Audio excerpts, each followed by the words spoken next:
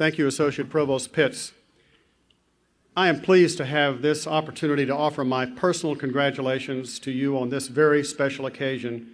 This is a celebration of hard work and perseverance, intellect, and its successful application.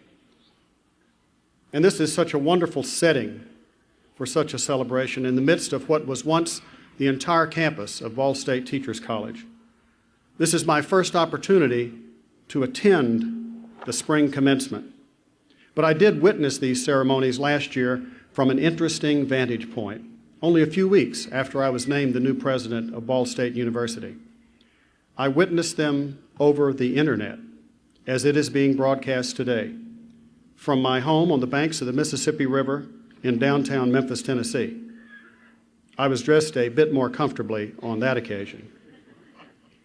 It was a splendid spring morning then, and I was very eager to get here and to get to work. This is now my third Ball State commencement as I begin to close out my first year as president. I'm sad to say in a way that I'm not new anymore, because this year has been exceptionally good, both for me personally and also, I think, for the university. I take no credit for this at all. Everyone on the campus, including all of you here today, have worked hard, and the spirit has been positive and encouraging. We have also been very lucky. The mission of Ball State, what we are currently trying to accomplish, is to be a learning community engaged in the discovery of knowledge, the integration of learning experiences, and their application through civic and professional leadership. Our vision, what you might call our ultimate aspiration, is that Ball State will be a national model for all who seek intellectual vitality in a learner-centered and socially responsible academic community. Though these statements are brief and simply stated, they are quite ambitious. Learning communities imply a shared responsibility for learning and discovery centered on the student. And our service to the professions and disciplines in our local, state, and national communities, indeed the global community, are to be integrated and tied directly to learning. These are no small tasks, and we will have our work cut out for us. By the authority vested in me by the Board of Trustees of Ball State University, I hereby confer upon Faye J. Crosby the degree of Doctor of Laws with all the rights and privileges thereunto pertaining, and award you this diploma and testimony thereof, and present you the academic hood for this degree.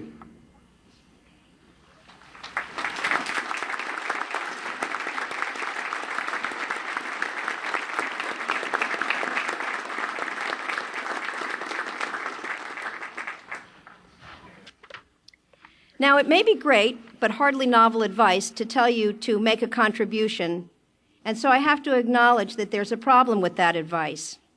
How can you know if you're making a positive contribution? What guides let you know that your actions will be beneficial, that your actions will meet your good intentions, and the intentions that appear so honorable from one vestige point will feel honorable from other points of view? Some apparent indicators of your actions are just that. They are appearances and not reality. Fame and fortune are good and fine, but they are imperfect markers of whether your actions will have a lasting impact or a meaningful one. Now, you might see mine as a convenient point of view from a sometimes impoverished academic whose name you never heard of before and whose name you'll forget by tomorrow or maybe this afternoon.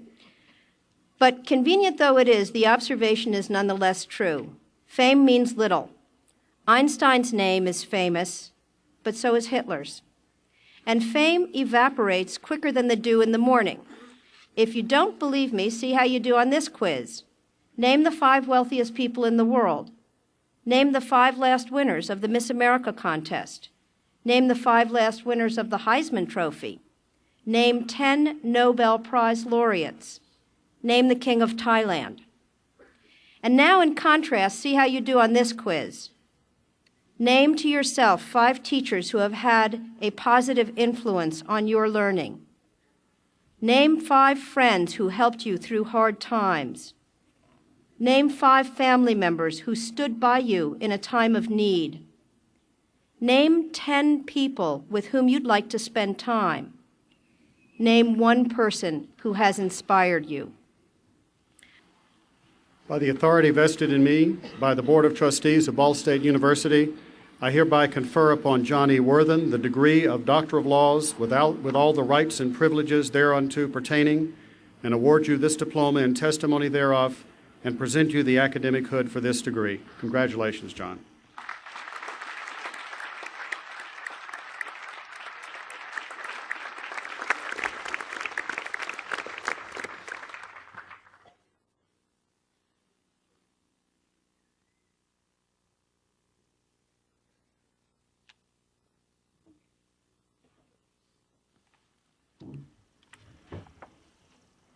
Mr. President, thank you, and thanks to the Board of Trustees for this very special honor. Having had the privilege of helping present a number of honorary degrees during my 16 years serving Ball State, it's very interesting and exciting to be on this side. It seems like I should be saying, and now by the authority vested in me by the Board of Trustees, well, you get the idea. Since our tradition has been to limit honorary degree recipients to 2 or 3 minutes, let me speak to the graduates and make 2 points. First, I will share with you that as president, I had the most fun working with an outstanding group of faculty and staff and administrators and trustees, trying to obtain the financial and human resources sufficient to create programs that challenge students to stretch themselves and learn. I hope you have been stretched. Because you're here today, I know you have learned. Second, as Dr. Crosby indicated, I too have advice. Some say the years you spend in college are the best years of your life.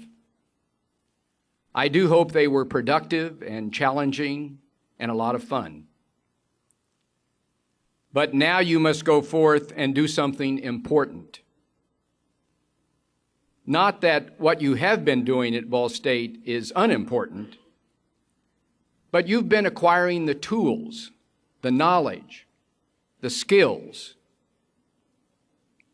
Now you must use what you have learned to make a contribution to your family, your community, your country. That's what's important. So you see, your best years are still ahead of you. Congratulations and best wishes.